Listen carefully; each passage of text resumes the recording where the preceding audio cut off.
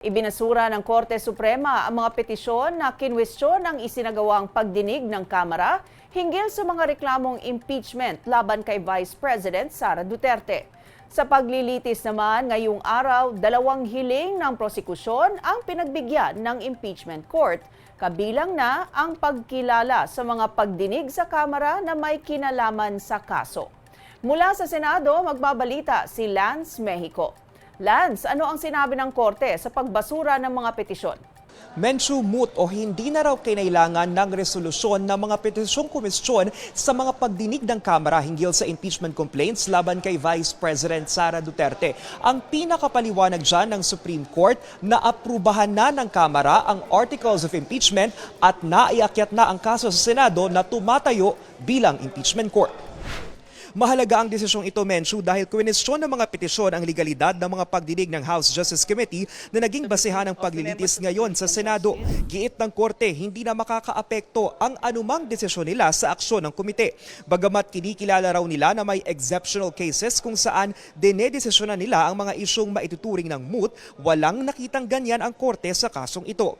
Nagbula ang mga petisyon mula sa bise mismo at sa kampo ng abogadong si Israelito Torion na malapit sa mga Duterte.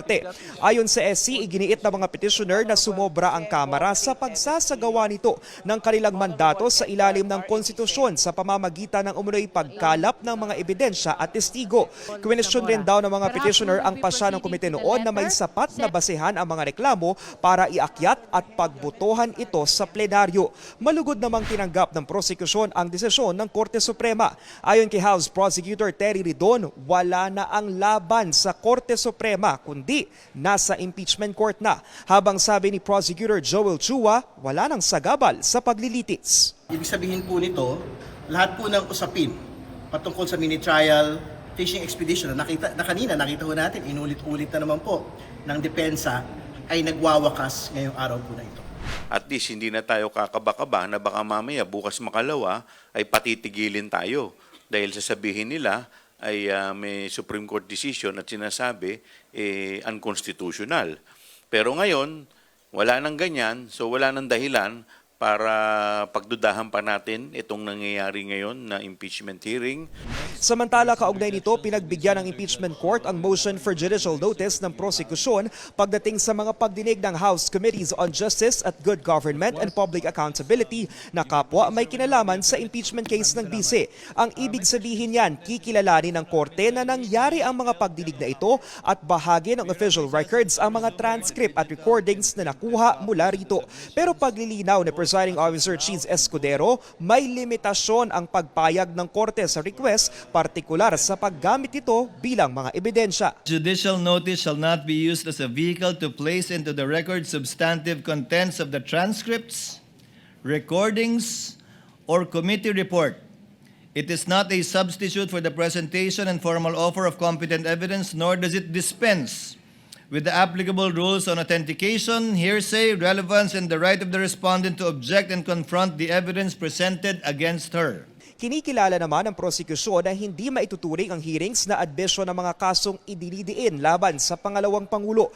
Bago ang ruling, mariing tinutula ng defense lawyer na si Christine Ferrer ang motion. Nararapat lamang po na ang mga TSNs, video recordings at committee reports na naglalaman ng mga tanong ng kongresista, pati na ang mga pahayag at sagot ng mga testigo ay patunayan ng prosecution sa pamamagitan ng pagpresenta ng testigo upang magpatunay sa katotohanan ng mga ito.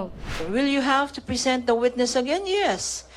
Will you have to present the documents again? Yes, because it is not an admission that ang sinabi ng witness doon ay totoo or hindi. Bukod sa judicial notice, pinayagan din ng korte ang hiling ng prosekusyon na markahan ang bahagi ng affidavit ng isang Arturo Las Cañas, isang self-confessed member ng Davao Death Squad.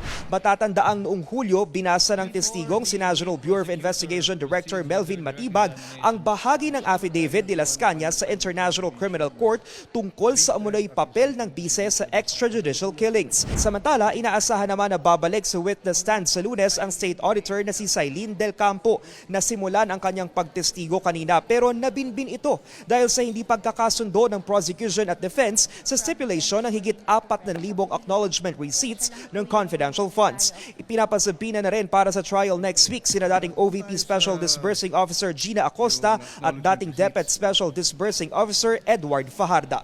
Mensyo, balik lang tayo doon sa naging desisyon ng Korte Suprema. Sinusubukan pa natin na kunan ng panig ang pangalawang Pangulo. At yan muna ang latest dito sa Senado. Balik sa iyo, Mensyo. Maraming salamat, Lance Mexico, nag-uulat mula Senado.